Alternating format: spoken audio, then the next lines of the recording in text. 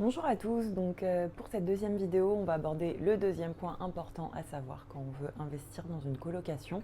Donc comme on avait vu sur la première, je vous avais expliqué que c'était plus rentable d'investir dans une colocation en prenant l'exemple d'un appartement d'une surface de plus ou moins 100 mètres carrés en banlieue parisienne que vous auriez pu louer environ 1500 € à une famille, alors que là, vous allez pouvoir majorer les revenus locatifs en louant via une colocation, en louant chaque chambre en bail individuel pour 500 € à peu près, et donc augmenter vos revenus de 60 à 70%, puisque vous aurez 2500 € de revenus au lieu de 1500, donc delta qui n'est pas négligeable. Le deuxième point que je voudrais aborder avec vous aujourd'hui, c'est la minimisation du risque des impayés.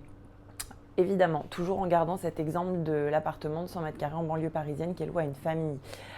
C'est parce qu'on leur souhaite, ça va de soi, sauf que du coup, de fait, le loyer repose sur une tête ou deux éventuellement si c'est un couple.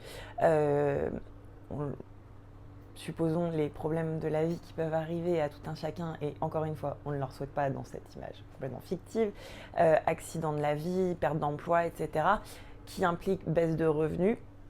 Le locataire se retrouve dans l'incapacité de payer partie ou totalité de son loyer. Le propriétaire, souvent loin des idées reçues, on est propriétaire donc on est riche, a un crédit la majorité du temps derrière pour rembourser l'acquisition de son bien, et sans revenu se retrouve à lui devoir payer le crédit. Ce qui n'est pas, je pense, pas évident à gérer si ça doit vous arriver.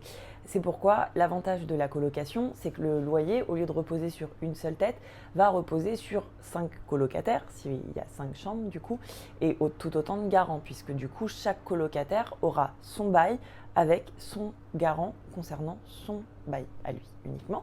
Et donc, si jamais vous avez une chambre de disponible ou un locataire qui a un retard de paiement, pour autant vous percevrez tout de même les 4/5 de votre loyer.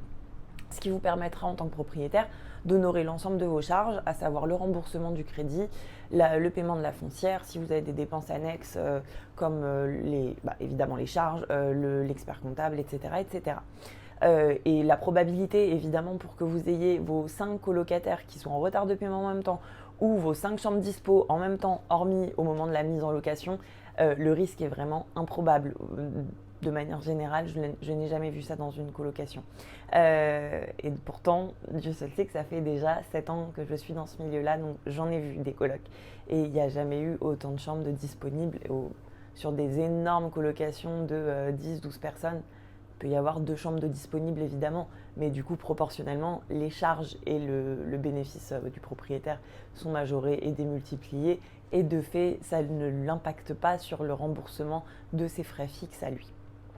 Voilà pour aujourd'hui, j'espère que j'ai été claire. Si vous avez des questions, n'hésitez pas à vous abonner à la chaîne, et on se retrouve bientôt pour la prochaine vidéo sur la fiscalité et les avantages fiscaux de choisir évidemment la colocation. À bientôt.